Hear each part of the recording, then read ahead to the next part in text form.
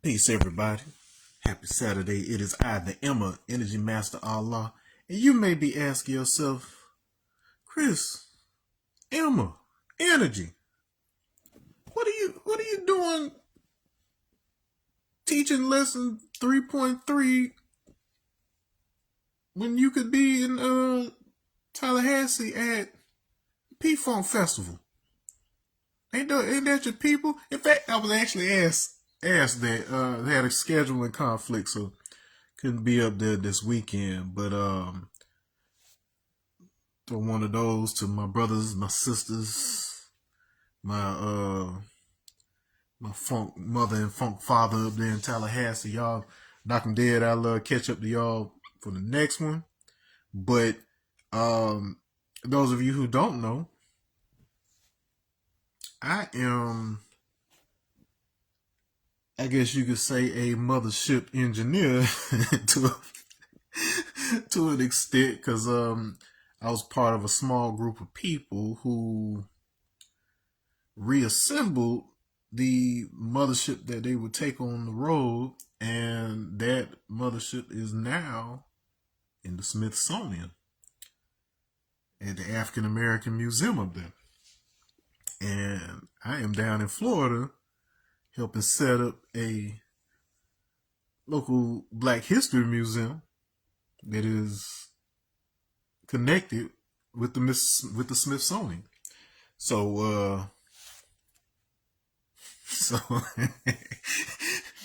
and it's kind of ironic, the subject matter that things are being pulled toward. I get my downloads, I get um my pop where the stuff comes together, and get a glimpse into where I'm being led while I'm doing this. And so the first thing that needs to happen is there are a couple things. I was going back reviewing the last lesson. There are a couple things that I brought up with the express purpose of explaining them a certain way. But I'm glad I didn't at the time, because it actually sets up for what we're talking about in this video, because we want to get, before we move on into some more of these linguistics, and I show you where these things appear throughout various languages and stuff, we want to really, really deal with who is the Messiah, and where did this even come from? Where did this idea of the coming of a Messiah and all of that comes from? Are we clear on what that's supposed to mean, or do we only understand the version that we ended up with over here? Okay, and so before we do that, like I said, a couple things that we need to revisit, need to be clarified. Flipping the camera. Okie dokie. Now, first and foremost, now remember when I was telling you how in the definition from the Supreme Mathematics we're saying that God is the wise man's equality. This is to build or destroy. Now, two things. So I told you to remember that number 26, whereas this digital root is 8. Okay. And wise man is an interesting word,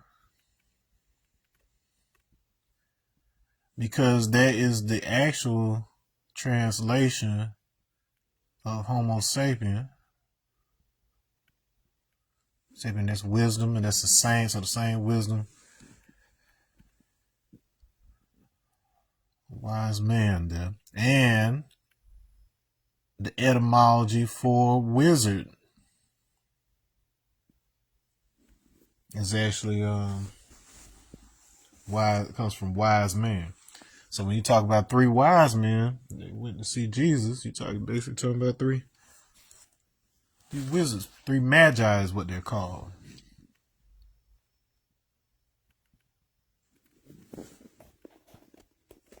And some would say they were like warrior monks. They were magical. But a lot of the times what we're calling magic is actually just math. All right. So anyway, because like you, if you look up like the Chinese magic square and all this, it's math. It's like it's so accurate it occurs as magic. And then when you understand how things actually work, you know, like when you see those hypnotist shows and everything else, those guys are mathematicians at the end of the day. Okay. All right. So anyways, so there's 26. So significance of that. It said, so we were looking at the site of the messianic prophecy, which was in Numbers chapter 24, verse 17. And it says something about a star rising out of Jacob. So you had Jacob, aka Jacob, out of which a star would be coming up out of. And then, you know, Jacob, he later becomes Israel or Yisrael, out of which a scepter would rise. And then we went through the whole thing about what the actual Hebrew words here was saying. So scepter can mean tribe or clan. And then and we associated that with fire. And then on the side with star, we saw that can mean shining or prince. And we associated that with the concept of noon, the letter noon, and the primordium. Okay, so it's a tribe that rises out of the primordium. Okay, oh my goodness, this is going to get, I don't know if it's going to get super weird in this particular one, but boy, it is getting weird what this stuff all points to. Okay. Stuff that sounded wild when I first heard it, but then the more that I'm actually going through the math and scriptures and everything else, it seems to be very much the case. All right. So anyway, so the significance of this 26, as I brought it to your attention, is of course because where the structure of our alphabet comes from. So if you take the arm, so you know this pentagram, this 5-point star, deals with our five-fold geometry of our body. Arm, leg, arm, head is all out. Now, if you look at the arm span of this ratio of here to here to here is 10 to 6 to 10, and then 10 plus 6 plus 10 equals 26.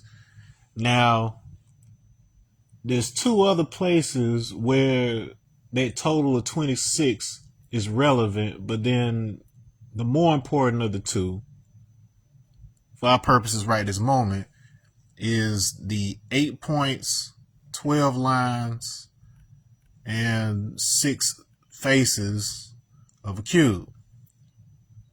Okay? Excuse me. Of a cube. And we're going to draw that bad boy like this. So, with this particular projection of a cube, you got two things happening right here. So you've got something that's associated with 6, and you got something here that's happening with the 5. So we got the concept of the 6-point star, which we end up calling the Star of David later on, even though they did not adopt this hexagram into Judaism until around 1948, when Israel was established as a physical country, instead of representing the face of God. So I don't care what they named it. That is not what was meant by Israel. Kiss my ass. All right. And so if we're looking at our geometry and remember our connections to Pascal's triangle, there's some stuff happening here. All right, so our whole conversation was leading up to this concept of us moving up from 4 dimensions, and then recall 4 dimensions.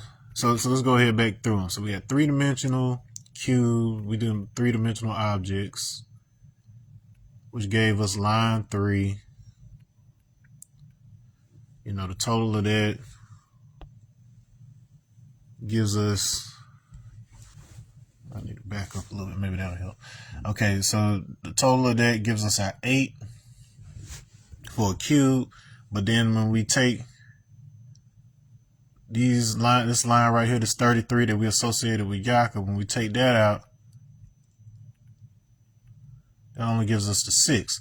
So what we're really talking about, like I told you that there was another, so if this is our cube, our 8 points, 12 lines, 6 faces, the dual of the cube, so in other words, if I take a shape that perfectly aligns its points with the center of the faces of the object, that's what a dual is. The dual of the cube is the octahedron. So it is the reverse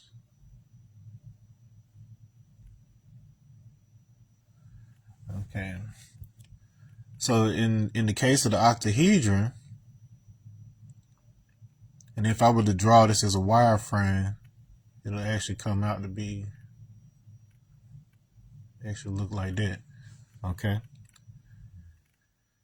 And so if I put the two of those together, what I got is this with lines. And then if you look closer at that, you'll see that it's actually two tetrahedrons.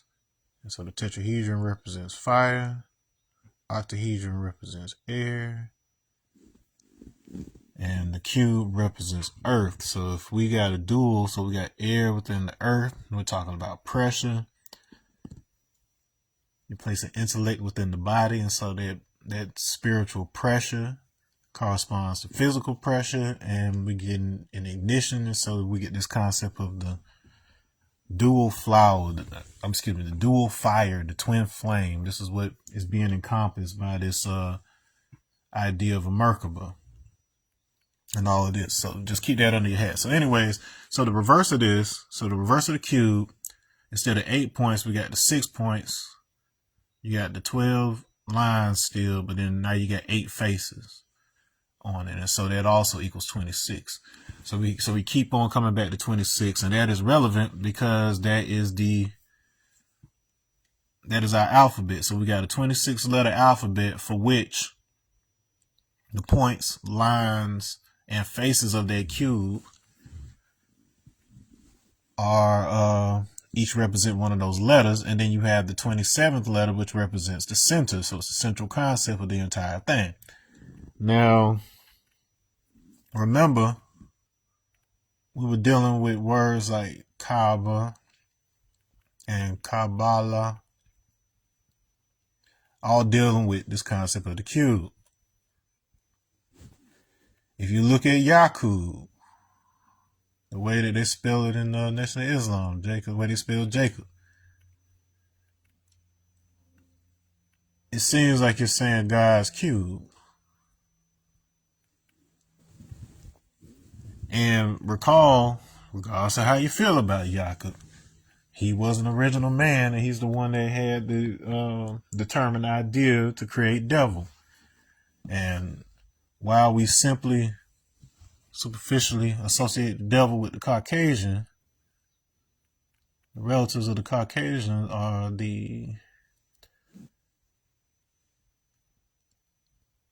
let's see, so you got this concept of the white savior, because remember, Arab actually deals with clarification, so to state clearly. And then remember, we connected the etymology of Yoruba to that, I believe it was Aribu from Arabic. So this idea to state clearly and stuff like this. So imagine if you were a people or a group of outsiders, and you split up, and half of you moved to one area, you got divided, you got split up. Some had to go up into the mountains of the north so that they can avoid the weather changes, or there was desertification in the Sahara, or if there were flood events or whatever else, and you got separated. And imagine that you had the teachings, you had the lessons, you had the information, but because of language changes, you mistook the association of the moon imagery with relation to being or becoming white,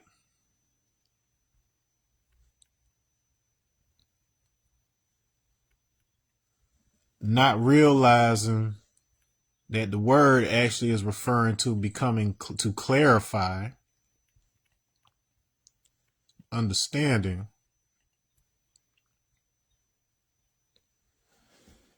And instead, you use your sciences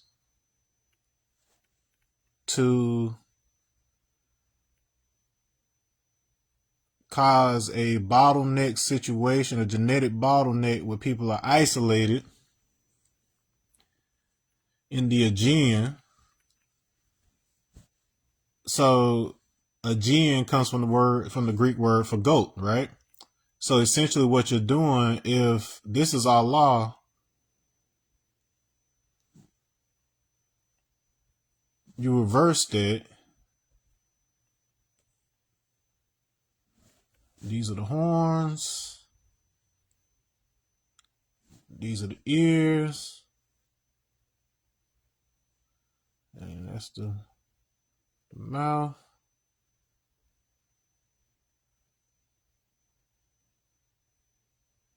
It's a goat. So that's your Aegean.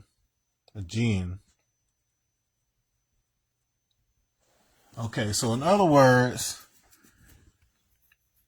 in isolation, and when you're living in the mountains, when you're living in high elevation, remember hell, we distinguished that it had to do with raising the elevation or raising the temperature.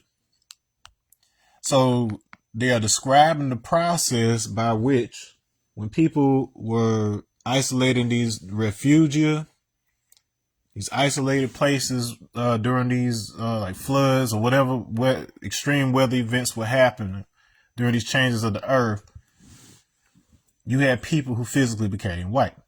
And so because people were unclear on what Arabization is supposed to be, it's supposed to be clarifying the understanding of the raw knowledge. And you had somebody who took that information as, oh, you're supposed to become physically white. You're supposed to become of lighter skin that makes you holy, that makes you better. So this is a hiccup in the understanding.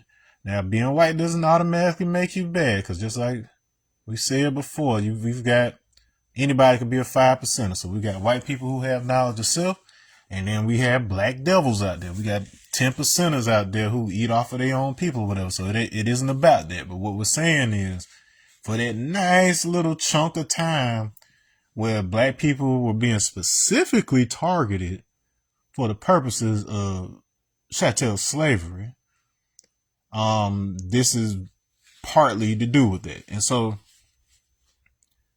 they were dark-skinned Caucasians. All you had to do was be from the Caucasus. The Caucasus Mountains, so just to clarify that. But what does that have to do with this? Because the point of what we're doing here is to clear it up. All right. So remember, so Yaku,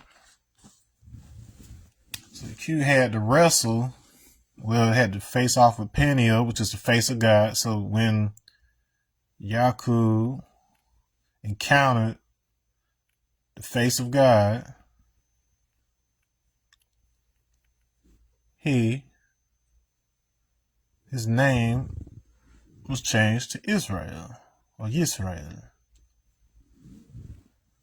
Opposes, faces, struggles, wrestles with God. became that which wrestles and opposes and struggles with God. Because once he, if you want to go with the Nation of Islam narrative, you would present it such that it's somebody who is wrestling with their own identity. But based on what we've been covering over the past couple of lessons, or the last couple of parts, is that humanity as a whole is struggling with the idea that we could be God. That's the hardest concept for people in our community to be able to wrap their heads around it. It's surprisingly not as hard with a lot of other cultures, and these are well-informed people who have had consistent engagement with, spirituality and whatever else for, thousands of years. And so it's not that they were stubborn and didn't want to subscribe to what other people were subscribing to. It's just that they were there when the words were invented in the first place. They knew what stuff was called beforehand, and then they were speaking languages that captured the nuance of the full meanings of things, not the watered down version that you ended up with. So, hey, it's at least worth a sit down and a listen. Okay, so I gave you these geometries,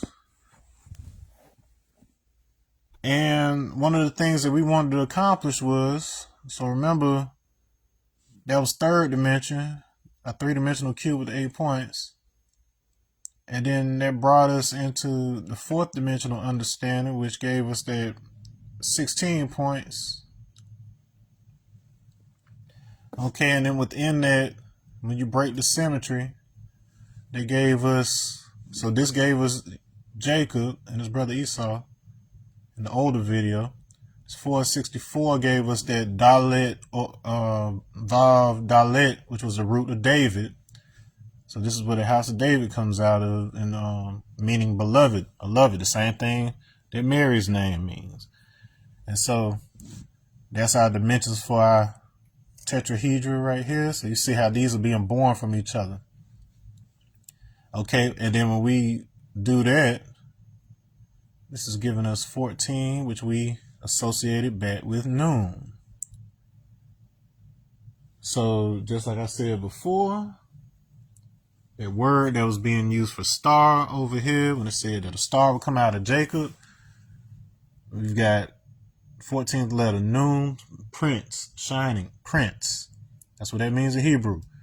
So we did essentially have a star come out of Jacob by moving from third dimension to fourth dimension here. Okay, so we have to keep on moving to fifth dimension. And I was telling you how, the AI was predicting and just piecing together math and stuff. And so what it basically said to me was that I am in the tribe that I incarnated with here, basically the incarnation of this right here. So 5, 10, 10, 5, 1. So I'm basically that. I know it sounds funny, but I'm serious. Okay, and then that line equals 32 points, and that's fifth dimension. So basically, fifth dimension is the dimension of wisdom. It's associated with throat chakra. It's associated with clearing up the language and stuff. So some in the East might call it the Dragon Clan or whatever else, but it's all tied into this tribal crisis stuff we've been talking about. But case in point, this is associated with the icosahedron. So once we extract that, 5, 10, 10, 5, that equals 30, which is the number of lines on a icosahedron. And I can draw the icosahedron by making, let's see how I want to do it. I can do a triangle like this. Then I do a triangle inside of that, and I can draw lines to it right here, and then that's our icosahedron. It's associated with the third eye. It's associated with the element of water. And so we're going to be, and so if you do that as a wireframe where you can see through to the back side of it, this thing is ultimately going to come out looking like a Star of David with a Star of David inside of it.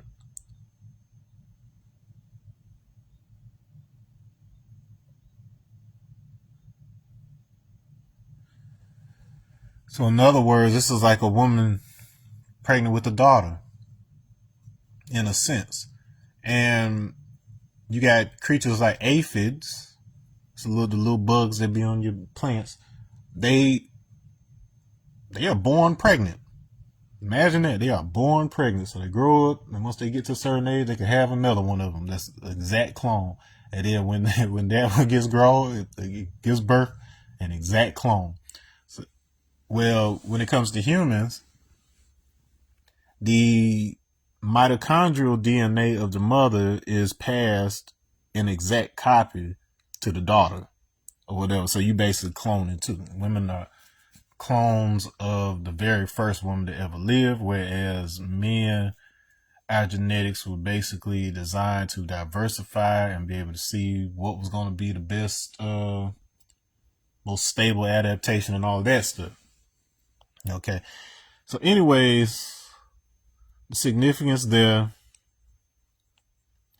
So this is associated with third eye. The fire is associated with the ego. Okay. That fire in the belly. Why is that significant? I'll get to it in a second. That's one of the other things that we have to double back around to. Okay, and so 32 is significant because if I take, I want to make some room so you can, I want to make sure that you can see this. Get rid of this.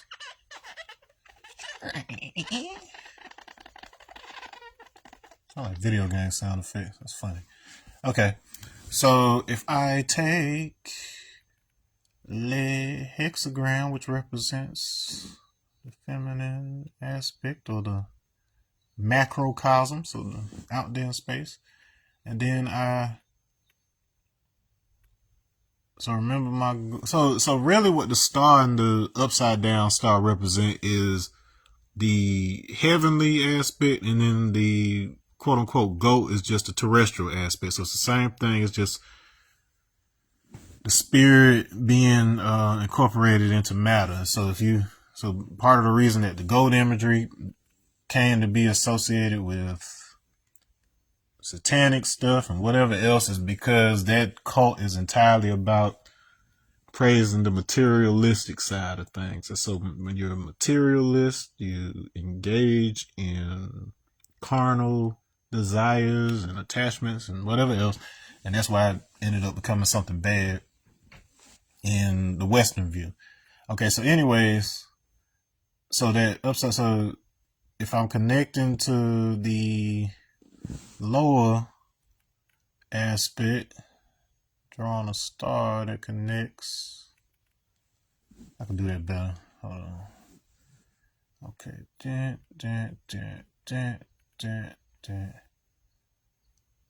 I'm connected like this. Boop, boop, boop, boop. Okay, so that those are meeting right there. And I draw my lines down the sides and in the middle. There you go. You get that Kabbalistic tree of life pattern. You get that same thing. So we got our 1, 2, 3, 4, 5, 6, 7, 8, 9, and 10 intersections that represent the 10 spheres or 10 Sephiroth. There are 22 paths that you can move along throughout there. That gives us our 32 associated with fifth dimension here, but we also have what we could call the container which is the dot, which is an analog to our duat in Egyptian, and it is the akasha. So I think this is as good a time as any. So no matter where you are dimensionally, like I said before, the dimension above that would be the container for it. So if time is the container for our physical space, what is the container of time? And so the container of time is if it's dealing with wisdom and experience, and things experience of who, experience of what. Remember, fifth dimension, we were talking about the single point of light that's doing the projecting in the first place, and then this is all the ways that it can experience itself. So that is the central concept, the heart, or central concept that concentrates all of this right here. So when we talk about the throat,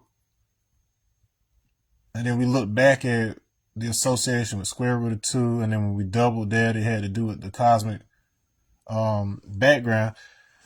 Essentially what we're saying is that the information that is in the boundary of the universe is our central concept. So what you're doing when you're producing voice is that you're drawing information out of the void, because within you is the same thing that's at the edge of the universe. It's the void. It's the quantum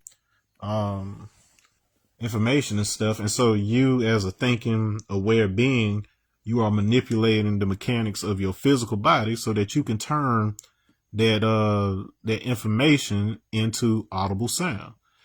Peace, Jason. Yeah, I don't know if you home like me, missing out on P-Funk Fest, but I'm on engineering duty for the mothership. They holding it down on the stage. I got to hold it down in the classroom for a little bit. All right. So anyway, so at 32. Now with that duat, that's an additional point. So it brings us right back to 33. So we were right back over here with something resonant with that. Okay. And so you see how all this comes around full circle and how that connects and so on and so forth. Now, there was something else in the previous lesson that we were gonna. So remember, this is about how we descend into matter. How does the one, the monad, the ultimate reality, descend into matter and then become what we are? Okay, and then I told you that that 162 that we got from multiplying that other thing out the other day, it ended up getting us 162, which was relevant to those triplet numbers that we got from the formula n plus n. And mind you, this all had to do with like the so that cosmic background radiation was associated with the color black and that square root of 8 and all of that. So you remember that from the earlier videos. And so anyway, those triplets, that expansion, it gives us that we said was dealing with the energy levels of electrons and matter. That same formula could be written as these triplets instead of just doing the 2n squared thing they teach in chemistry. And so 162 was the solution for n equals 9. So when we plug 9 in that, so the triple nines. Okay, now I want you to go ahead and notice that the sum of these equals 27. Okay, and then that goes back to that cube and the point in the middle. So we're definitely dealing with the outer limits of matter right here. All right, so if I go through, so 9, 8, 7, 6, 5, 4, 3, 2, 1. My 9 is going to be associated with, so I'm going to just put the square root bar. So I'm going to say square root of n over here. And so n, when I use 9 in here, that's going to give me 162. For 8, it's going to give me 128. 7 is going to give me 98. 6 is going to give me 72. 5 is going to give me 50. 4 is going to give me 32. So you see that resonates with that 32 we were just talking about. Okay, and then third is 18. 2 is 8. That deals with it 3 dimensions. And then our 1 will give us 2, and then we could put 0 as a triplet in it too. It's just going to come out to be 0 anyway. So first dimension, second dimension, third dimension. Same thing. At 1, 1, third. So it's lining up first, second, third dimension. All right.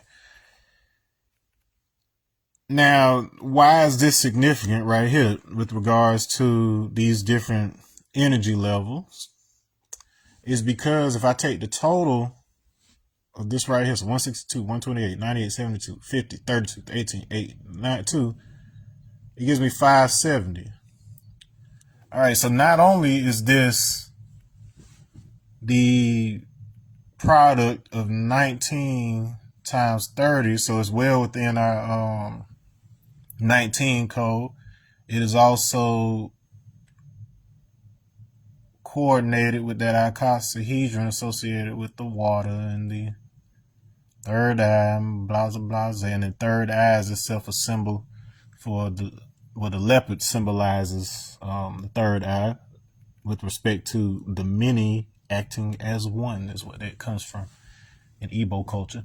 But so it's not only associated with this collapse of fifth dimension into matter, but 570,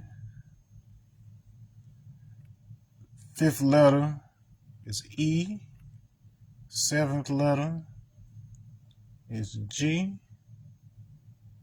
then O becomes O. That's the ego. So it's fascinating, right? So the limit, the outer limit of the material universe is essentially what projects the ego. And then I had to go through this whole thing, like the way the information comes to me, I had to go through this whole thing. It was basically showing how what we are calling gravitation is actually something more along the lines of a contraction into counter space along lines of dielectric contraction. And I'm going to explain what all this means. What I'm saying, I'm just making sure it's stated clearly. As a result of the outward expansion of magnetic fields when potential is being exhausted. So when you have something like the Big Bang, essentially what you're saying is like all that potential that was stored up is being exhausted. It's pushed all the way out. But then what it does in the opposite direction is it starts causing an implosion toward the center. And so that mutual implosion towards center that we experience is what we're calling gravitation at the end of the day. And so it's more light, as opposed to it being that the center of things is pulling things toward it. It's more like the edge, the boundary of the universe is pushing things inward. Okay, and this is done along lines of frequency, basically. So in other words, every object within the universe will experience itself as the center of the universe. It will experience itself as the center of mass of the universe. Because you're attracting experience. You're an observer. You're an entity. So what you gravitate, what you attract is information. And so the pressure of the universe is such that you are like a pinch in that fabric of space-time, because you are an Akashic being that crossed over. And so the universe is constantly trying to push information in your direction so that you can help to metabolize it, help to translate it, in order to help entropy continue forward. We're a system that is extremely efficient at converting energy into heat. If you're covered in melanin, your skin is very efficient at transforming high energy UV light into infrared heat. And remember, infrared was the connector to fourth dimensional perception in the first place. All right, so what's the other reason that 570 is significant here?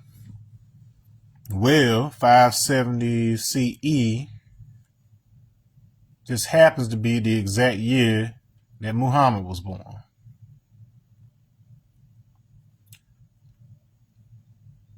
The one who had the prophecies that brought about Islam and so on and so forth. Now, when we end up with a year like this that has that significance, like it doesn't, this doesn't faze anybody, initially.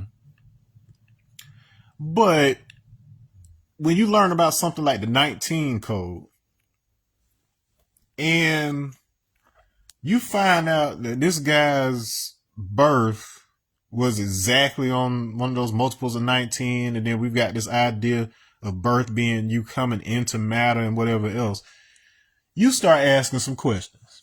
Because just like how 585 BCE is conveniently the exact center of our Asiatic calendar, and it is considered the date. So May 28th, 585 BCE is considered the first historically confirmed event.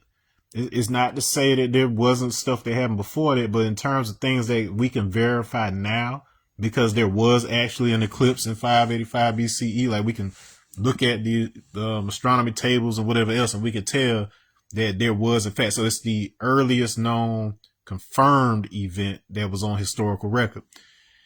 Well, when you have something like that and it happens exactly 1 year after the supposed fall of the Temple of Jerusalem and all of this, and we know that the Temple of Solomon is actually associated with the body.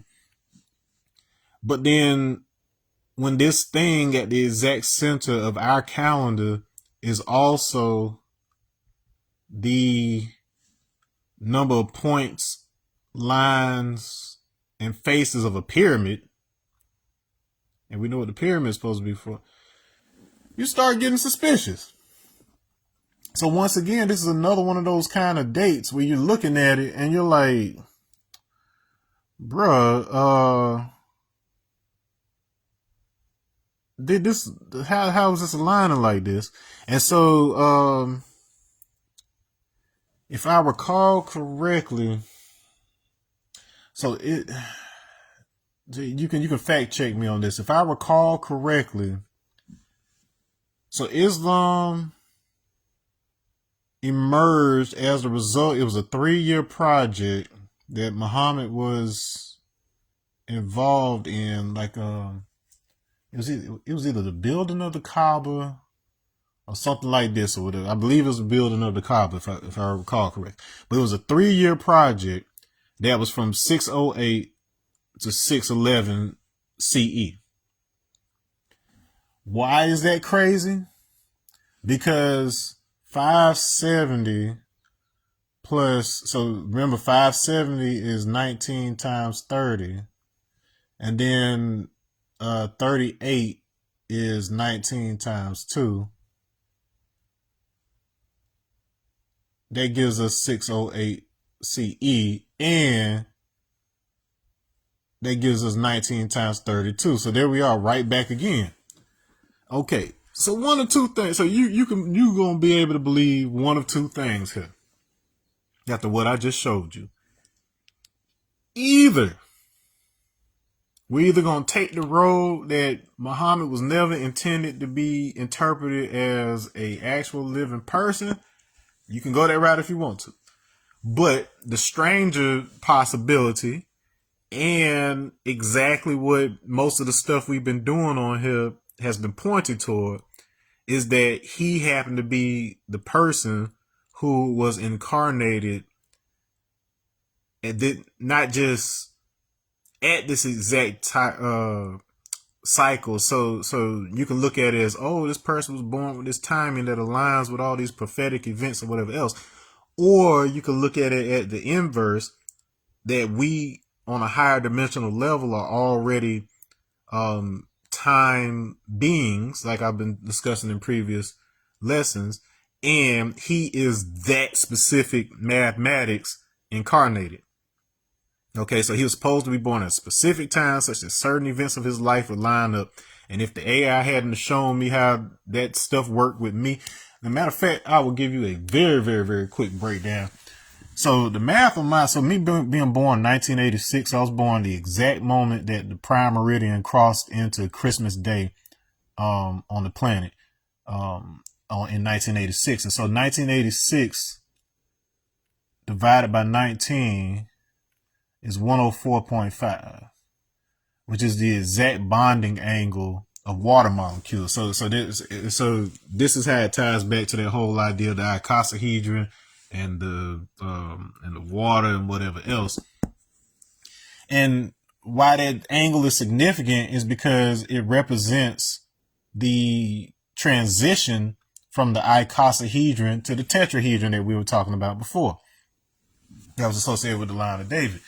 And so what that means is, when it's in a liquid stage, the water molecule bonds are closer to what an icosahedron is like. But when it freezes and it becomes crystal, remember in the earlier video I was talking about how diamonds are clear because when you compress the carbon, the coal, they take on a tetrahedral shape or whatever. So clarity is related to the tetrahedron. All right. And so this is the transition angle between those two things. And so that's why we serve a translator capacity when we were born in the year 1986. But I was specifically my timing is such that I was conceived during the spring, winter, what's solstice? Let me see, summer solstice. No, so equinox, spring equinox, spring equinox, born near the winter equinox at the exact crossing of the prime meridian into Christmas Day, according to sidereal time, the timing of the stars, the actual measurable time, not the estimate that we came up with, but the actual measure of the stars. Okay, so anyways, so that's all that weirdness and this idea that people are just like being born in a line with these time cycles. And so I'm actually I just wanted to make sure we were caught up with that. And when we come back, there's one more thing I want to make sure is cleared up before I ask this question, this burning question that I'm about to ask. So just as a setup, just as a trailer for what I'm going to be covering once I get back here. So if you remember when we were looking at the double and the triple cube, where we had the situation where in the first cube, square root of 1 through 3 were represented. The second cube, square root of 4 through 6 were represented. Then we had to figure out why 7 and 8 was skipped. And then the third cube had 9 through 11 in it. Well, we had those three triplets. So we had square root of 1, square root of 2, square root of 3 was one cube. Square root of 4, square root of 5, square root of 6 was another cube. Skips over, and then for some reason it jumps to square root of 9, square root of 10, square root of 11. So that means that there's another triplet that was missing, which was square root of 7, square root of 8, and square root of 0.